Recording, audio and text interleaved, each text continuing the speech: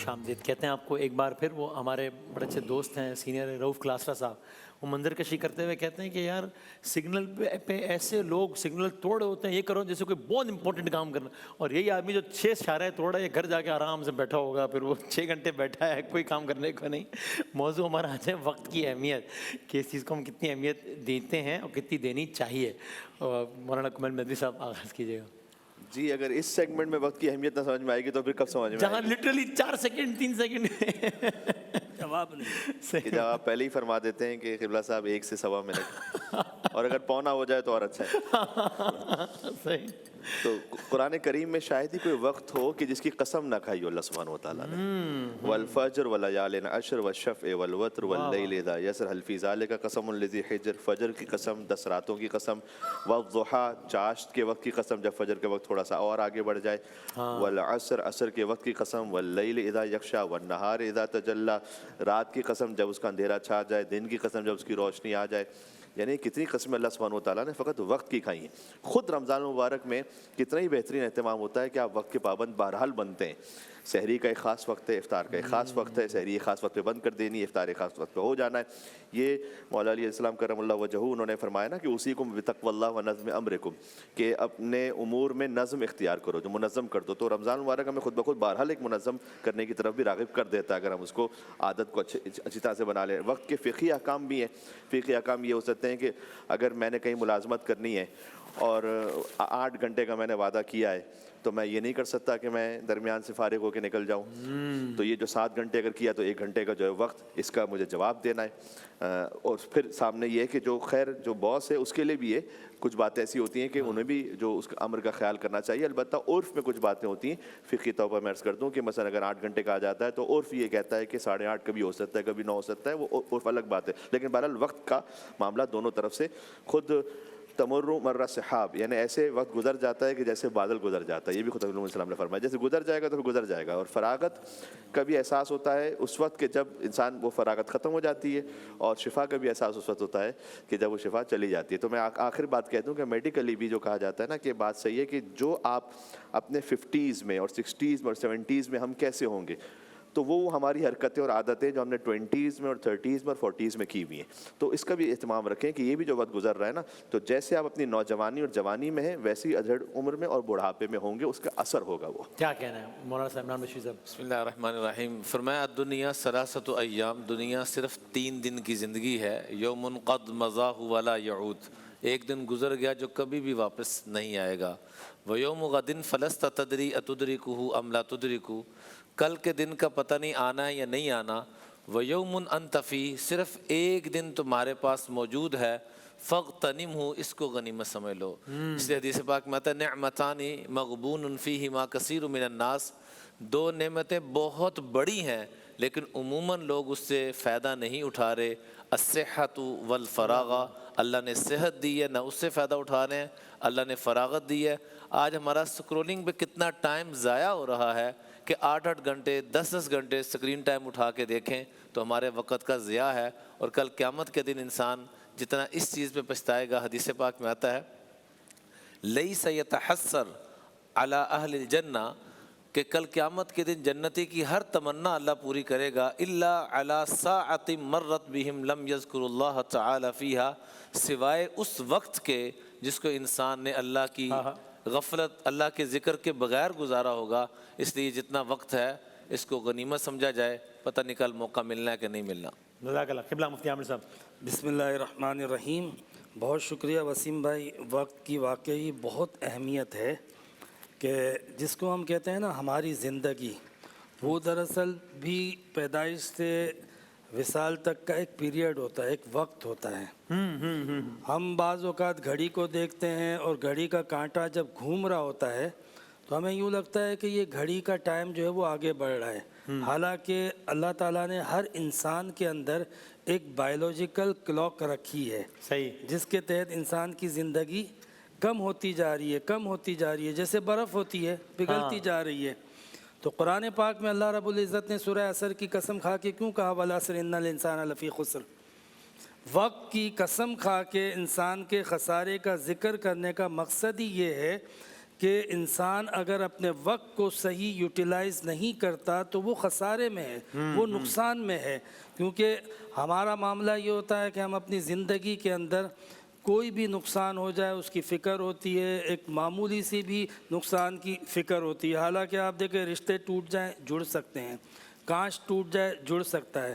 صرف وقت ایسی چیز ہے irreversible ہے، وہ کبھی بھی پلٹ کر نہیں آتا ہے. ایک بار گیا چلا گیا، پھر لوٹ کے وقت کبھی بھی نہیں آتا ہے. تو ہمیں بہرحال وقت کی قدر کرنی چاہیے. اللہ تعالیٰ نے جو زندگی ہمیں عطا کی ہے، جس مقصد کے لیے عطا کی، اگر ہم نے اس مقصد میں استعمال کیا، الا الذین آمنوا وعملوا الصالحات وتواصوا بالحق وتواصوا بالصبر، یہ 4 چیزیں کم سے کم ضروری ہیں سروائیول کے لیے، وقت سے مقابلہ اور وقت سے جیتنے کے لیے. اگر آپ کے اندر ایمان نہیں ہے، عمل صالح نہیں ہے، ریویو نہیں ہے، اور آپ کے اندر جو ہے وہ سسٹینیٹی نہیں ہے، صبر نہیں ہے، برداشت نہیں ہے، تو پھر آپ جو ہے وہ ناکام اور خسارے میں ہیں. جناب بسم اللہ الرحمن الرحیم. صلی اللہ علیہ وعلی آلہ واصحابہ وبارک وسلم. سب بزرگوں نے بڑی خوبصورت باتیں فرمائی، سبحان اللہ. اور ان کی بات کو آگے بڑھاتے ہوئے وقت وہ چیز ہے، اس کی امپورٹنس اتنی زیادہ ہے کہ نماز جو سب سے اہم فرض ہے، کتاب موقوتہ کے الفاظ ہیں. اسی طریقے سے روزہ وہ بھی ماہ رمضان اپنے وقت پر ہے، ساری افطاری اپنے وقت پر. اسی طریقے سے حج، اس کا بھی وقت مقرر ہے. زکوٰۃ ہر سال اپنے وقت پر دینی ہوتی ہے. اسی طریقے سے ہر چیز میں وقت کی امپورٹنس اپنی جگہ موجود ہے. یاد رہے کہ وقت وہ چیز ہے کہ جس کو آپ پیسوں سے خرید نہیں سکتے، آپ چاہیں تو اسے روک نہیں سکتے. اور امام شافعی رحمۃ اللہ تعالی علیہ فرماتے ہیں کہ وقت وہ تلوار ہے، اگر تو نے اسے نیک اعمال کے ذریعے کاٹا تو صحیح ہے، ورنہ یہ تجھے کاٹ کر رکھ دے گا، کاٹ کر رکھ دے گا. اور میں یہاں پر یہ بات عرض کروں گا کہ دنیا میں بھی ایسی کئی چیزیں ہیں کہ جہاں پر ہم وقت کی پابندی نہ کریں. ایئرپورٹ پر اگر وقت کی پابندی کے ساتھ نہیں پہنچے، مسائل کا سامنا کرنا پڑتا ہے. بعض بیماریاں ایسی ہیں، اگر آپ نے وقت پر دوا نہیں لی، بیماری بڑھ جانے کا خدشہ ہے. آپ نے وقت گزار دیا، بعد میں پچھتاوے کی سوا کوئی چیز سامنے نہیں رہتی. اسی لیے فرمایا کہ وقت کی پابندی، وقت کی اہمیت ہر مقام پر، ہر جگہ میں اپنی جگہ مسلم ہے. تو لہٰذا ہمیں وقت کو گزارنا نہیں چاہیے، اسے نیک اعمال میں خرچ کرنا چاہیے. جزاک اللہ، بہت نوازش، بہت شکریہ تمام علماء کرام کا، بہت شکریہ. سحری کر سکیں نہ کر سکیں، مور کر لیتے ہیں ویسے سحری اچھی طرح. آج انسانوں سے زیادہ جانوروں نے کھایا ہے زیڈ میں. ایک بریک کے بعد محمد علی سرور صاحب اذان فجر دیں گے انشاءاللہ.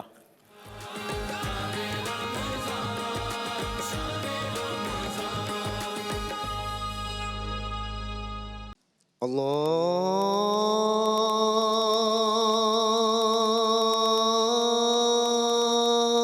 اکبر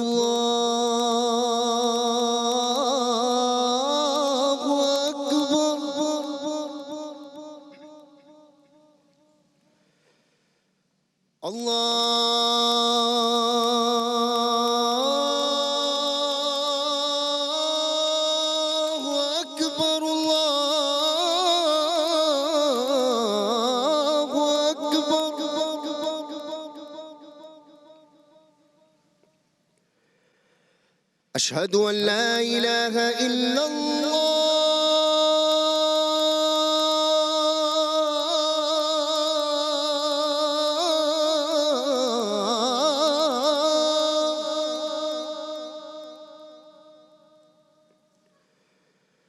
أشهد أن لا إله إلا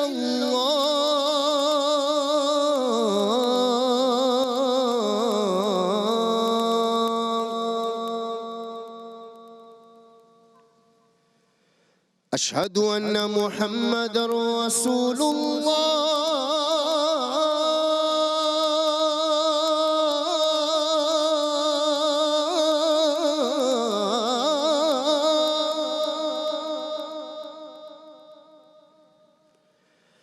أشهد أن محمد رسول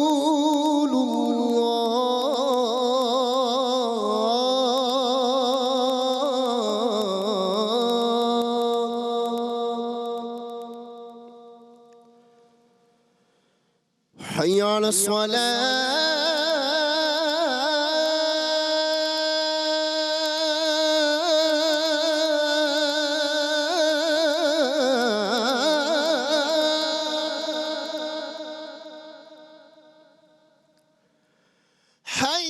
على الصلاة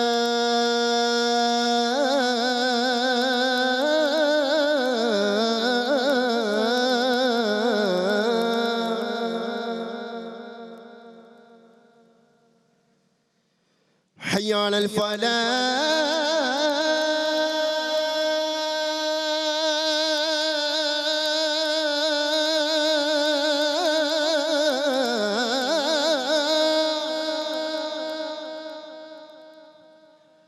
حي على الفلاح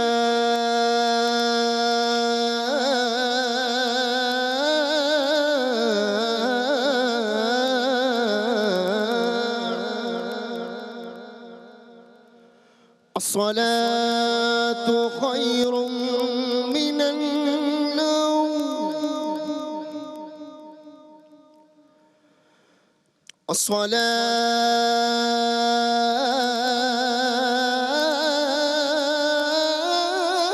الصلاة خير من النوم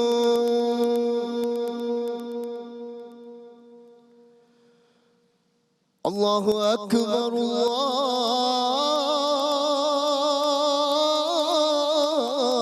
الله أكبر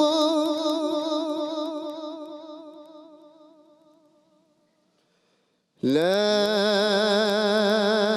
إله إلا الله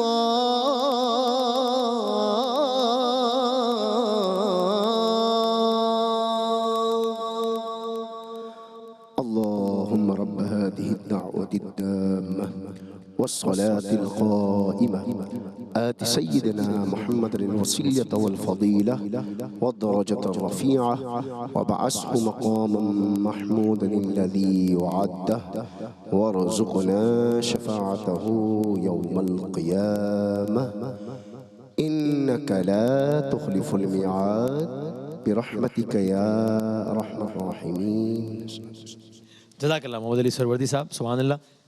اذان فجر دینے کی سعادت حاصل کی جناب محمد علی سرورتی صاحب نے، اور یوں ہم اہلیان پاکستان نے آج اپنا 7واں روزہ اختیار کر لیا ہے الحمدللہ. یعنی آج جب افطار کریں گے تو اب ماہ مبارک کا پہلا ہفتہ ختم ہو جائے گا. دنیا کے کئی ممالک میں ختم ہو چکا ہے پہلا ہفتہ، وہاں آج 8واں روزہ اختیار کر لیا گیا ہے یا کر لیا جائے گا. آپ سب سے گزارش کہ آپ ہم سب کو اپنی دعاؤں میں یاد رکھیں.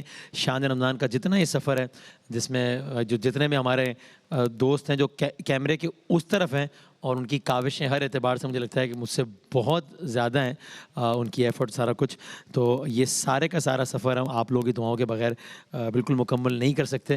تو آپ سب لوگوں کی دعاؤں کے ہم سب طالب ہیں، اور دعا کیجیے گا اللہ تعالیٰ ہر اعتبار سے سفر کو ایک کامیاب سفر بنائے، دنیاوی اور اخروی لحاظ سے انشاءاللہ.